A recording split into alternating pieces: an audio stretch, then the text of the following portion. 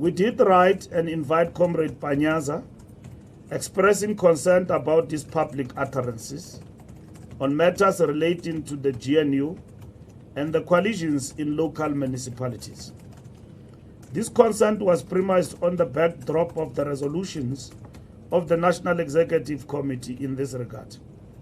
Comrade Panyaza, like all other comrades, presented himself to the national officials as requested and got counseling, but at the same time got an opportunity to explain his part of the story.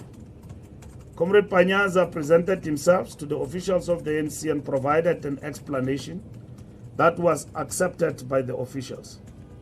This is consistent with the organizational culture of the ANC, which requires of us to give comrades a hearing when there is a reasonable apprehension that their conduct may place the ANC in disrepute.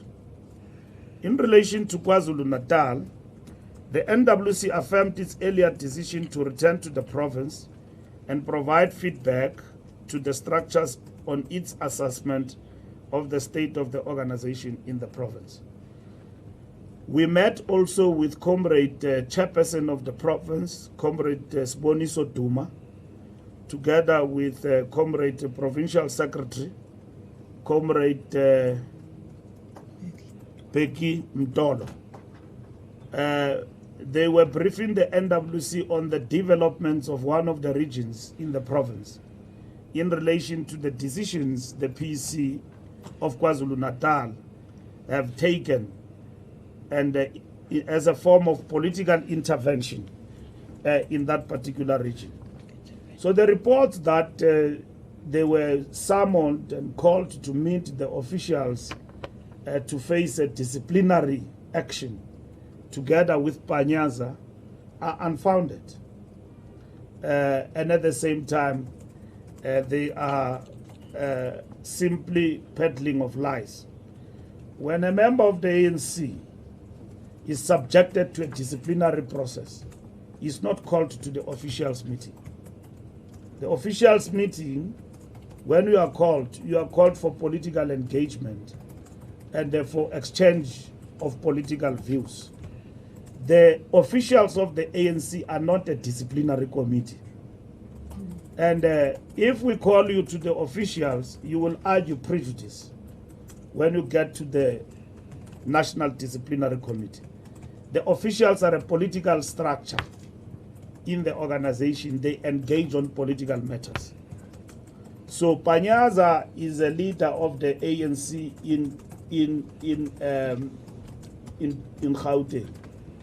So if there are perceptions through his own utterances that lead to perceptions that there is conflict between the province and national, we have a responsibility politically to engage.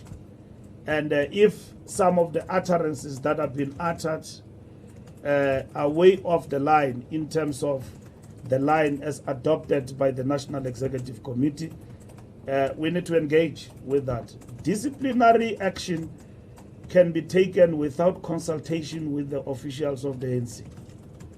When we charge anyone, and those who are expelled in the ANC, we don't seek approval from the officials. That is done. So these distortions that somebody was called and to be disciplined, and he scored 2 and 0 to the SG, are basically a total distortion of the facts on the table. And Panyaza explained himself to the officials about the issues that we raised with him as the officials, and that was it. And his explanation from where he come from, that he was distorted from podcast he attended and the utterances he has made in public, he clarified himself to those issues. And we don't doubt his bona fides to this extent. So we have accepted his explanation, but we have the responsibility as the ANC that discipline and democratic centralism run supreme. Akukwazenzele la, where somebody can just wake up and do things and to the detriment of the organization. And we did not have to second guess Panyaza.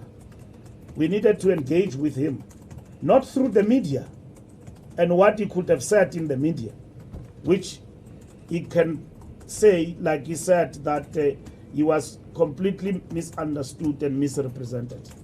And his positions on issues of coalitions and GNU are in line with the positions taken by the National Executive Committee of the African National Congress. So that is the position with regard